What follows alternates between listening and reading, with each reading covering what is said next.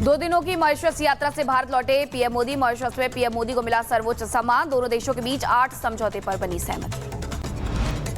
मुजफ्फरनगर में पुलिस और बदमाशों के बीच मुठभेड़। जवाबी कार्रवाई में बदमाश आदिल गोली लगने से घायल। बदमाश के पास से चुराई गई रिवॉल्वर और कैश बरामद। मुजफ्फरनगर में छात्रों के 2 गुटों में जमकर मारपीट। होली खेलने के दौरान हुआ विवाद। पुलिस वीडियो के आधार पर मारपीट करने वाले छात्रों की पहचान करने में जुटी। मैनपुरी में साइबर ठगी करने वाले गैंग का भंडाफोड़ हुआ है। पुलिस ने 3 आरोपियों को गिरफ्तार किया।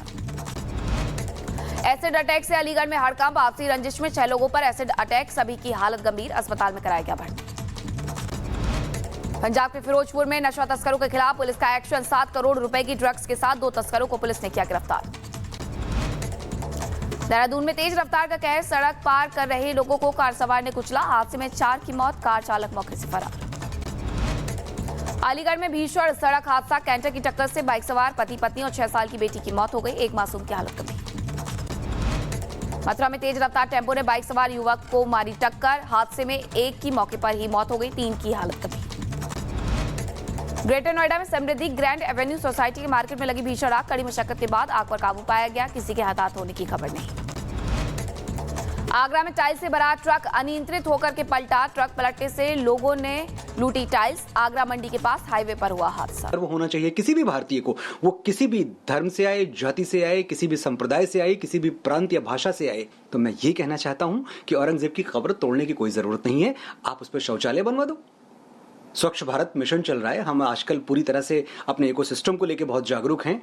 तो ऐसी जगहें तो बननी चाहिए देश में। और शौचालय बनने के लिए औरंगजेब की कब्र से अच्छी जगह क्या हो सकती है?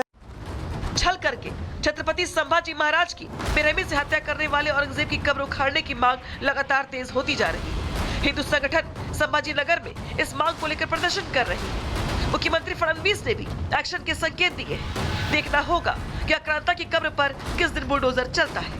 Bureau report, Republic Bharat.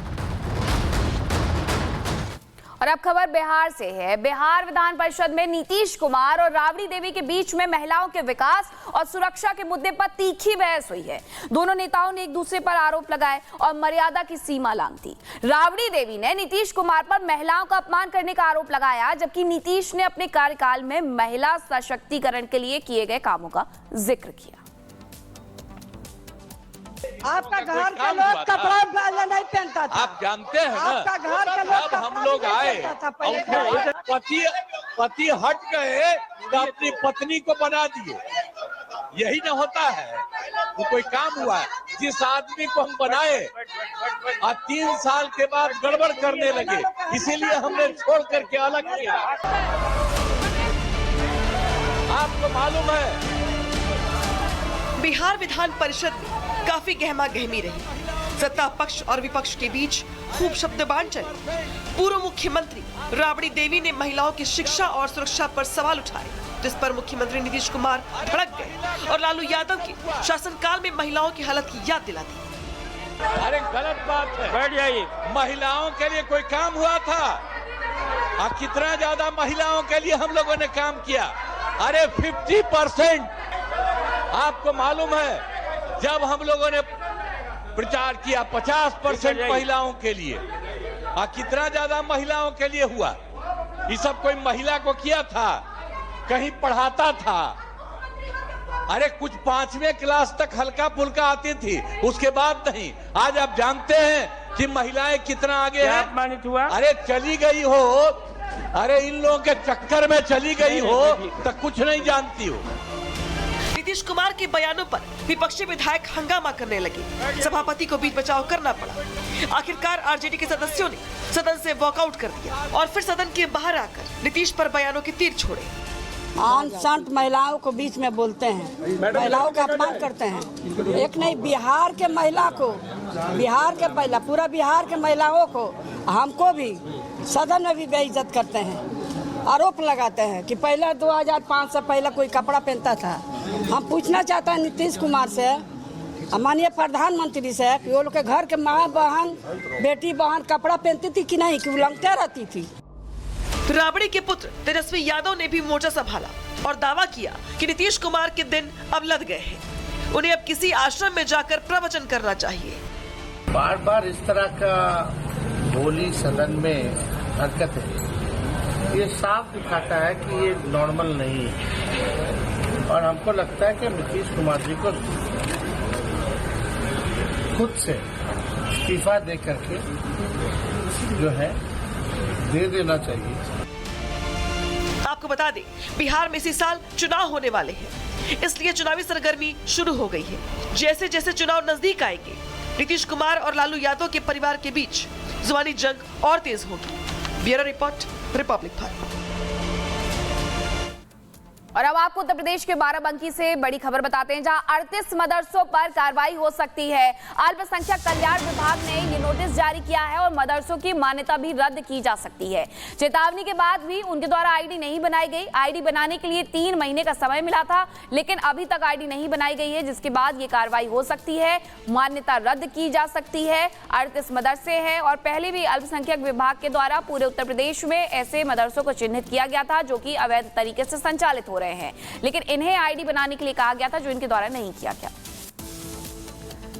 और बात अलीगढ़ की, जहां अलीगढ़ से हैरान करने वाली घटना सामने आई है। यहां शोएब नाम के एक युवक ने आपसी रंजिश में अपने साथियों के साथ मिलकर 6 लोगों पर एसिड हमला कर दिया है। पुलिस ने शोएब को हिरासत में ले लिया है और अब आगे की कार्रवाई भी शुरू कर दी है, लेकिन आखिरकार उसने ऐसा किया क्यों, देखिए।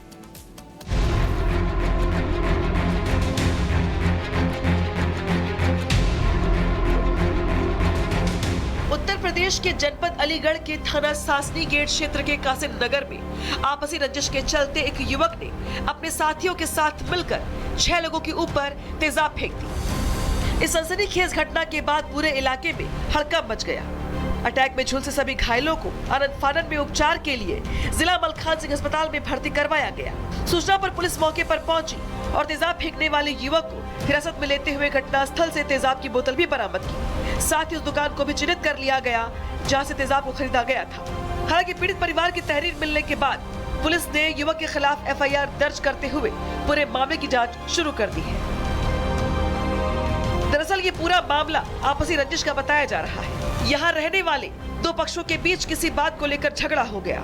इसके बाद मामला इतना बिगड़ गया कि एक युवक शोएब ने आपसी रंजिश मानते हुए अपने साथियों के साथ मिलकर दूसरे पक्ष के अयूब सत्तार के परिवार के 6 लोगों के ऊपर तेजाब डालते हुए हमला बोल दिया। आपसी रंजिश में तेजाब से किए गए इस हमले में घर की महिला समेत कई लोग बुरी तरह से जख्मी हो गए, जिसके बाद अफरा तफरी मची और पूरे इलाके में दहशत फैल गई। युवक की ओर से तेजाब फेंके जाने की घटना की जानकारी आसपास के लोगों ने पुलिस को दी।